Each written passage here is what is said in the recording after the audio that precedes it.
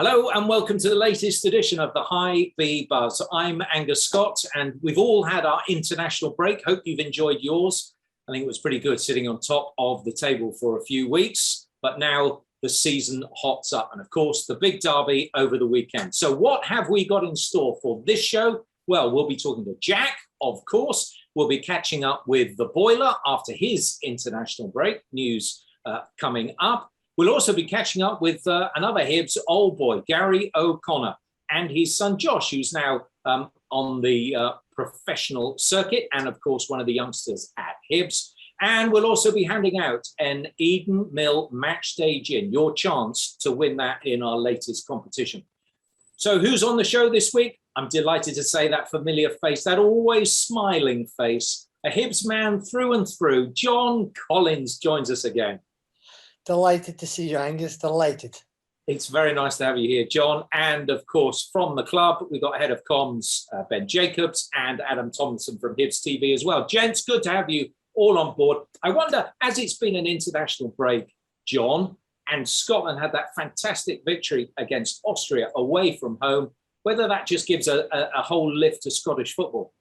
Well, there's no doubt for me it's given the whole country a lift again. At the start of the week, it was looking doom and gloom after the defeat to Denmark, but we bounced back. Two really important victories in Austria. That was a big, big win for us. So everybody's buzzing again. The confidence is back. We're heading to the World Cup. More memories to come of the Edinburgh Derby from you in a moment, John. But first, we better catch up with Jack and his thoughts ahead of what is the biggest game of the season so far. I think it's a brilliant fixture at any time. We missed it last season. It's the fact it's coincided with supporters being back in the stadium, and then that extra dimension that we've both started the season so well and occupy the positions in the table we do, just adds, if it needs anything, but just adds that little bit to it. So it's been quite a strange build up for us because we've so many players away, but I think the game takes care of itself in that regard. I think we're all excited by it and very much looking forward to a terrific occasion. When you visit the home of your derby rivals and you win the game in front of your supporters that have travelled, it's emotionally it's terrific because the whole atmosphere that's generated by it is emotionally charged. So we've experienced that, but I've experienced both sides. I've had some soreness as well in them. So all it does is just intensify your want to be on the right side of the result. I think the overriding message of the players is trust, because we're not perfect and we've not been perfect, but over the last season and a bit now we've worked hard at putting together a squad and playing in a way that brings victories, but the trust element's important because you'll face adversity. So even this season for me, the fact that we've been behind in games and responded, which was something last season that we needed to get better at, and then been down to 10 men in games and responded again, points to them being able to handle the challenges Sunday as well. But the trust element's the biggest thing, Stephen, is just making sure that they retain that belief in everything that we work on and everything that we deliver, because the game doesn't always take the path you hope it will. You sometimes have to find different ways of winning it, and it's just ensuring that they can respond to any adversity along the way as well. So, John, your favourite memories of an Edinburgh Derby? Well, I've got to be honest, it was a tough time when I was a Hibs player. Hearts were pretty strong at the time, and they had this little striker called John Robertson who happened to score quite a few goals, lucky goals against us. But my best memory was going to Tynecastle, 1988. We had the magnificent Stevie Archibald up front. The Jambos thought they were going to win the match, but they were wrong. Stepped up, Archie scored a wonderful goal. We won the game 2-1. Nothing better than a victory at Tynecastle for a Hibee. What do you make of them now? Because obviously this is a new look. They've been down and up, and it's been quite a good start to the season for them. Well, we've got to be honest. We've got to give them credit where it's due. It's been a very good start to the season. Obviously got up to the flyer with a lucky victory against Celtic in the opening game. And considering they've just came up, they're sitting on 10 points just behind the Hibees. We're hopeful they'll be at the end of the season behind the Hibees. But credit to them. They've done well. They've signed a lot of players, a few new players, and it's going to be a good game at the weekend. There's no doubt about that. A close game. But I think if we can perform as well as we have been, then I'm confident we'll go there and win the game. More from John in a moment. Some great Derby memories. Those are his, but what are yours? Because we want you to tell us yours, and that'll give you the chance of winning Eden Mill Matchday Gin. That is our competition this week. So all you need to do is make a comment here on the YouTube channel below, and you will stand a chance of winning that Eden Mill Matchday Gin. So we just want your best Derby memories, and then you could have a chance of winning a nice bottle of gin. I know Jack's been saying, Ben, the transfer window is closed and he's happy to keep the players that he's got. Fundamentally, Hibs have shown something very different since the summer under the ownership of Ron Gordon, and that's that they're not a selling club. And I think if you'd have asked fans at the beginning of the season, or even going back to when Ron first joined, you've got an option: either bring in a few quality new faces and depth to the squad, or hang on to Martin Boyle, Kevin Nisbet, Josh Doig. They'd have said, thank you very much. We want to keep the core that helped us finish third for the first time in 16 years. Now, naturally, you want both. And John will say that as a manager, you'd love to be able to get all of your targets and keep your best players and have the depth. But you've got to look at the reality, especially within a pandemic as well. And we could have easily lost more from the core that did so well last season, competed for silverware, finished in third place, went on a European run and so on. So my sort of interpretation, I don't know whether you agree, John, is that the first task for Hibernian was to hang on to their stars. 100% agree. Ron's came in and it's a new mindset from the ownership. Previous ownership would have cast the chips in and sold the players, probably the first offers that came in. And all credit to Ron. He's had offers for players and he's managed to keep them, which is the first time for a long, long time the Hibs have finished a season well. Finished third place, which was a terrific end to the season, and managed to hold on to assets that were in demand elsewhere. So I think that's a huge boost for the Hibs players, and more than anything, the manager, because I've been a manager, and when numerous top players are sold, it's hard to replace good players. So the manager will be absolutely delighted. He's been able to keep his key players at the football club, and he's been able to bring in more talent and create more competition throughout the team. Maybe we could have done with another central defender coming in. I think I'm sure the management team would have liked that, but you don't get everything you want in a transfer window. But if you ask the manager, is he happy where the business has been done, both not selling key players and bringing in recruits, he'll be absolutely delighted. And that's how you get success. That's how you grow a football club. Yeah, what's the mindset of a player, John, when you talked about the manager there, but when you're playing in the squad and you see your big names disappear, you start thinking, right, life's going to be tough. But when you see them staying and strengthening from where you were, there must be a huge sort of energy that comes from that. Well, it brings a feel-good factor in the dressing room, on the training pitch. Nobody's leaving, more qualities coming in. It adds to the competition, of course, but competition is healthy. You need that in a football club, and a successful football club. You don't win or finish third in the league with 10 players or 11 outfield players. You need a good squad, and I think that's what Jack's now got at his disposal, is a good strength and depth squad. So management's delighted, the players will be delighted, and most importantly of all, without them, the supporters would be delighted. So often the Hibs fans have seen a bid coming in, bang, players out the door. Bids coming in, another players out the door. So that hasn't happened. So it's great news for the fans, great news for the city, because you need a strong Hibs for the league, for Scotland.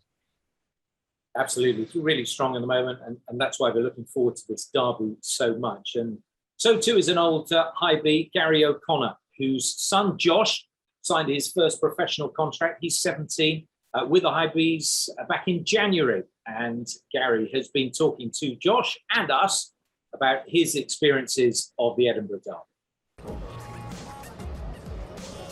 What do you think of? Yeah, I think I scored the first goal here. Right through Craig Gordon's legs. Now that's his second one. Dean Shields. Dean Shields, Was that the winner? There you are. There was a good photo of that in East Mains. Remember when me and Dean Shields were like sliding down on the ground? Tony Roby got that. I'm not sure. I think it was like on the Tuesday. He got that plastered on the wall. Got a painter in to like design it. But I scored the first goal in that game straight after half time, and then obviously Dean scored the second goal. With the fans going mental. It's the winner. You see when you Especially score at Tynecastle. See when you score at that end, you just lose control. You just go crazy. You just lose control. So we were right at the corner flag next to the Hearts. They've been chucking stuff at you, man, as well, eh? I got hit in the head with a bottle of vodka. I was like, what the? I'm surprised they even knocked me out. If I can remember right, the changing room in Hearts was absolutely tiny. It was totsy. And what they used to do, right? They used to put the aircon on, but they used to put it hot as anything. We're sweating like mad. And Tony says, they've put that heating on because they're worried. They're worried.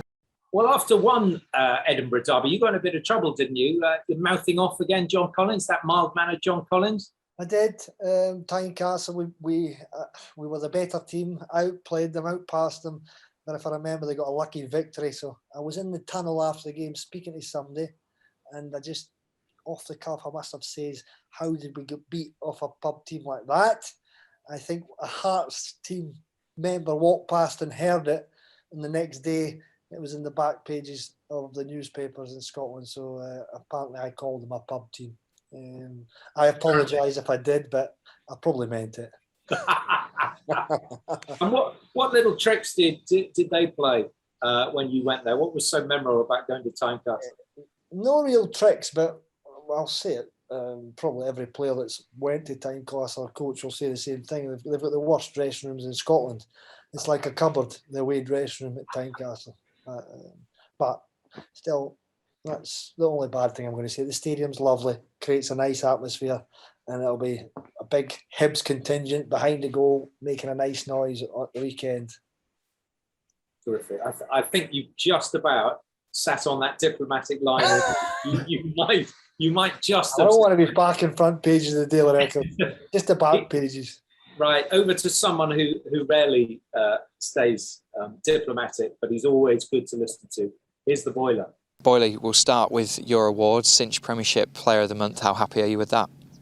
Yeah, I'm delighted. It's a great reward to pick up. But for me personally, it's great. But at the same time, we've done well as a team. The background staff, we've all worked hard. We've had a good start to the season, so it's equally as theirs as it is mine. 4 goals in 4 league games. What do you put your form down to? I think it was just important to carry on from last season. Obviously, pitching in with the numbers of goals and assists, which has been great for me, and obviously to come back after pre-season and kind of just take off where I left off, which is probably what I was aiming to do, and thankfully I've managed to do that. Yeah, and you mentioned strong team performances as well. How big of a game is this one against Hearts on Sunday? Yeah, obviously it doesn't come any bigger. Obviously we're both at the top of the table, which makes it even a better derby. That hasn't happened for a while. So yeah, we know what the atmosphere will be like and how the start of the game will be, but at the same time it's really good to have away fans back, so I'm sure they'll come out with their numbers, and yeah, hopefully it's a good occasion. There must be a real kind of buzz in the dressing room. I know you've only just come back from international duty, but do you sense that ahead of this Hearts game? Yeah, I mean the togetherness that we have in the training ground is brilliant. It's no other than, it's something I've not witnessed before. So yeah, we all come together and everyone comes in with a smile on their face, including me every day, and it's a great place to work. And these are the games that you want to get up for, and if you can't get up for these games, then what's the point? So yeah, like I say, it'll be a great occasion and hopefully one to remember. And our last one at Tynecastle, you scored a brace and we took all 3 points. Yeah, fingers crossed we can do that again, but I'm not predicting anything. Like you say, I'm in good form and I'm in a good place at the moment, so hopefully I can keep that going. Just finally, just to check, obviously there's fans were worried during the international break about whether you picked up a knock or not. Are you all okay? Yeah, trained today. It's just precautionary. I think it's better missing one game than multiple games. So yeah, just a precautionary one. Adam, always good to hear from the Boiler, who's just been voted the SPFL Player of the Month.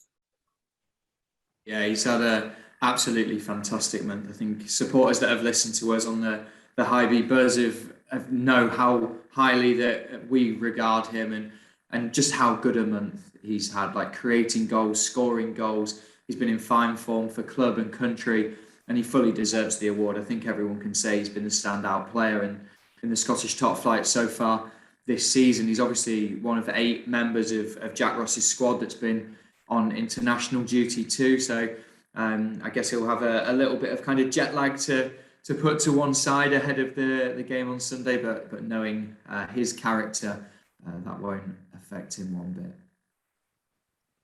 And another one who's been called in for international duty, Paul McGinn, to play alongside his brother. What a week it's been for him. Yeah, a bit of a whirlwind. I trained here on Sunday, got home Sunday night and got the phone call, so it all happened pretty quick. COVID test, all that, so it was 100 miles an hour, and I was just pleased to be able to join up. And then all the boys were really good, and it was a real team effort to get over the line over in Austria. Where were you when you got the call? What did it feel like in that moment? I just about driven all the way home, so it just felt a bit surreal sort of thing, because it came so out of the blue. But yeah, just pleased, and obviously dropped everything just to make sure I could be available for my country. It must have been heartwarming as well to see the reactions. So many people rightly saying you're deserving of finally getting the call up, because you have been so consistent for us. Yeah. Funnily enough, probably a few games before going away, not at the level I've been, but I've been at a good level for a good few years now, and I think most people see by that, and are really pleased for me, and yeah, it was just pleasing to get the result more than anything else. When you're playing so well and so consistently and the call-up doesn't come, does it ever start to cross your mind that it won't come, or did you always maintain that confidence that eventually you'd be recognised at international level? Yeah, I suppose the fact that I went up last year and I never quite got on that pitch, so you sometimes think, is this going to be the chance I've had? And yeah, it's just a case of getting the head down and hope you keep playing at the high level you've been playing at, and as you said, you never know in football how you'll get the chance or why. And some tremendous photos as well with you and your brother. It must be special to see those visuals as well, and no doubt all the private conversations and moments between you as well on the day. Yeah, it was amazing. It was actually his idea to go and get a photo. It wasn't a professional or anything, so it was just a nice touch, and amazing feeling, and just a bit surreal. It'd have been nice to have all the Tartan Army there, but the 20 or so that snuck in were making quite a lot of noise. Let's look ahead then to the Edinburgh Derby. The international break has really set this one up, with all eyes on Edinburgh, first against second at Tynecastle. Yeah, both up the top end of the table, and these are meaty games as they are. Never mind one of those that's at the top of the league, so we know it'll be 100 mile an hour, and it's just up to us to make sure we get out the right side of it. John, why do you think Paul got the call up? I think he's got the call up, and he certainly deserved it, in my opinion. He's been so consistent from the day he arrived at Easter Road. Every game I've been at or watched, he's always probably, I would say, top 2 or 3 in the team. His performances are so consistent. He gets up, he gets back, he gets crosses into the box, he scored a few goals, his attitude's first class. And that must have been a really nice moment for his parents and grandparents. I know his grandfather, he was the chairman of Celtic when I was there, Jack McGinn. So he comes from a good family, but it must have been a very special moment to get on that pitch with his brother.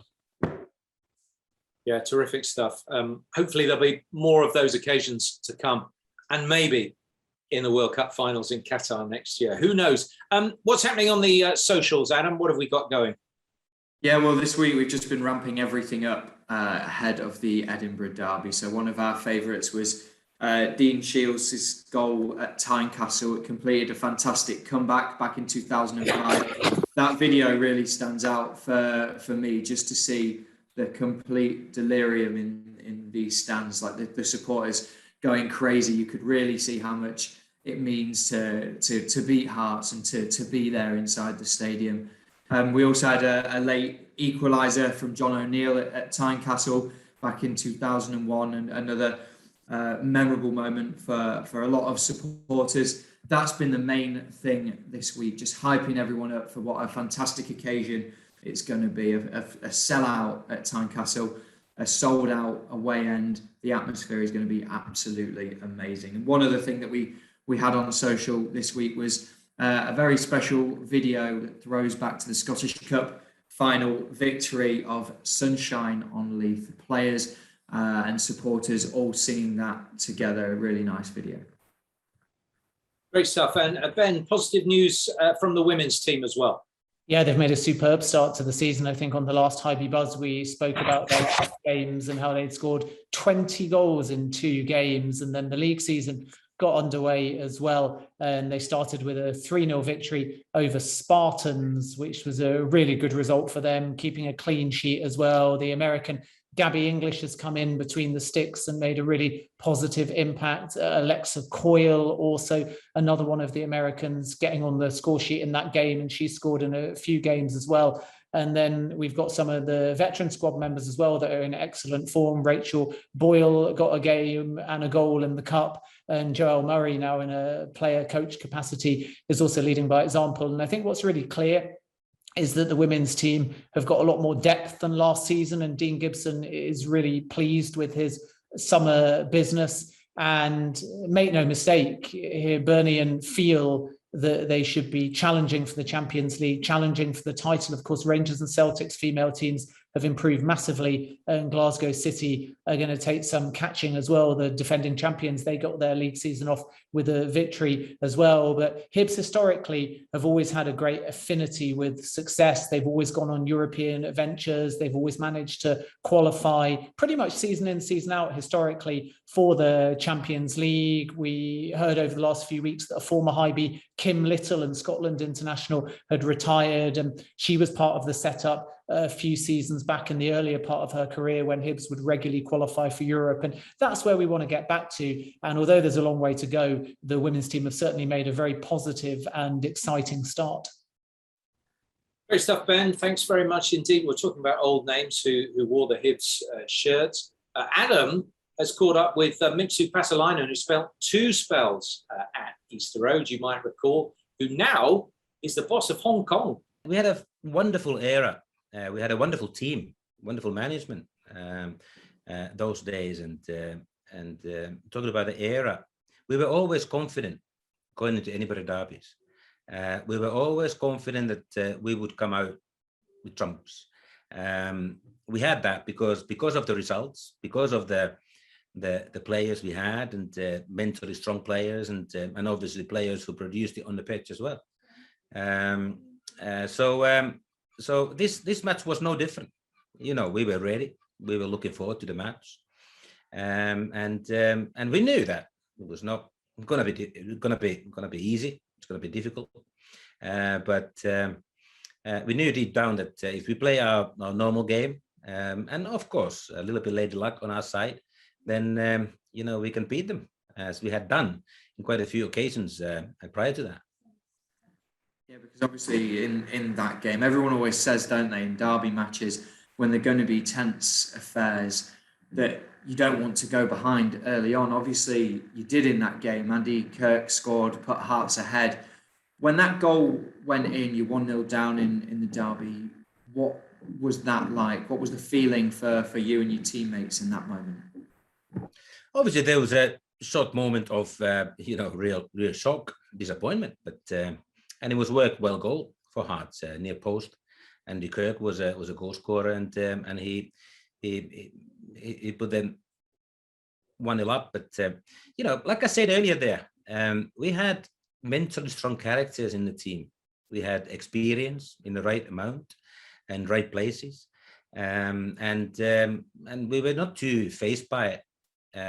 You know, deep down, I think everybody believed we can come back and we can come out victorious. But of course, it was a shock. It was, whoever scores that first goal gets the upper hand. And those derby matches are cup finals, like everybody says.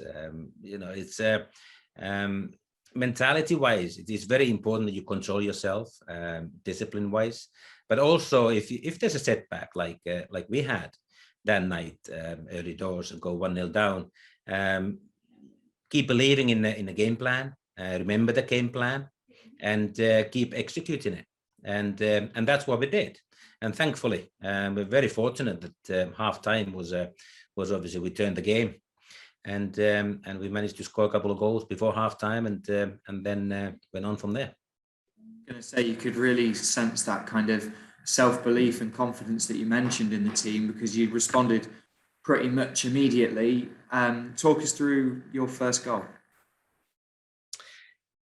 It was a real sniffer dog goal, put it that way. A fox in a box, if you like. I remember that cross coming in to the back post. I was first to react. I knew that Ulrich, being a tall player, he would be the favourite to win that header. And he managed to knock it down to the goal mouth, and I anticipated that ball landing there, and luckily it was there. So easy task for me to put it in, but very important, and delighted when I saw that we had equalised. Absolutely, because from that point, the team, and you could see the confidence in terms of the play and the chances you created, never really looked back. It just spurred you all on, didn't it? No, it was. We were hungry for victory, like every game. Never mind the Edinburgh Derbies, which certainly are special occasions. And that match was no different. Our home ground, Hib supporters, vast majority. It was great. Then the way the evening panned out in the end was fantastic. What a feeling. Yeah, real fox in the box again for the second goal, and the third one, the hat-trick. When that strike went in, just describe the emotion for us, how it felt to score a hat-trick in such a big game. Oh, it was tremendous. It was fantastic. It was a fantastic move from us. John O'Neill was instrumental on the right-hand side, I remember Antti coming off his line a little bit, and managed to guide it into the corner where the cross came from. The feeling afterwards was unbelievable. To have that 2-goal cushion to your arch rivals was great, and hence we did the little jiggle with Frank, after that, and it was great. We used to do that jiggle after training in the shower every now and then, and just being fools, just messing around and blah blah blah. But no, it was a fantastic feeling, and obviously, although we went 3-1 up, the game wasn't finished. That time, we carried on. We were dangerous. I believe that almost every attack, we felt that we could score.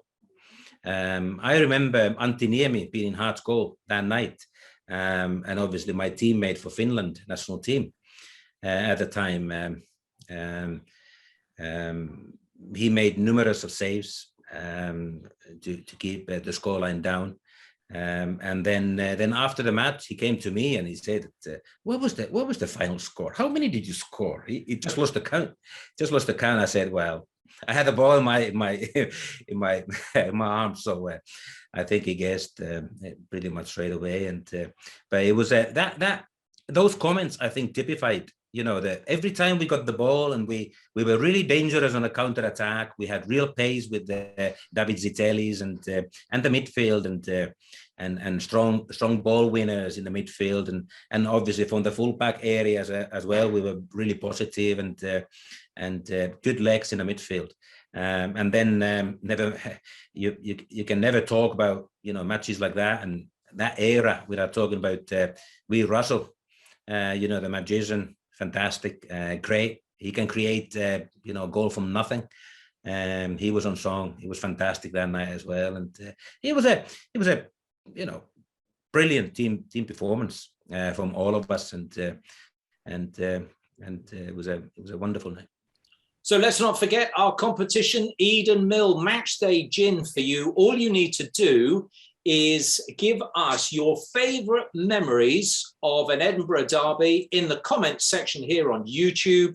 and you'll be in the chance. You'll be in with a chance of winning that Eden Mill Matchday gin. So let's have all your memories, and we'll choose the best memory of them all, and you will walk off with that bottle of gin. It can't be you, John Collins, but we can get your final thoughts about an Edinburgh Derby, and this one in particular. Well, obviously, it's been a long time since we had an Edinburgh Derby with a full stadium, so everybody will be looking forward to it so much. There's no sweeter place to go for a Hibee and getting a victory than Tynecastle. We're in fine form. We're scoring goals. We're not conceding too many. Hearts probably think they're better than they are. So I'm looking for a 3 points with a few goals at the weekend, and I think Boyle will terrorise them, and I fancy him to get on the score sheet. Excellent. We all hope the same. John Collins, thank you very much indeed once again. My pleasure. You're a top man. It's always great to have you on board. Ben, thanks for joining us again. And Adam, obviously, as ever. We will see you all next week for the latest episode of the Hibee Buzz. But enjoy this weekend wherever you are watching the match.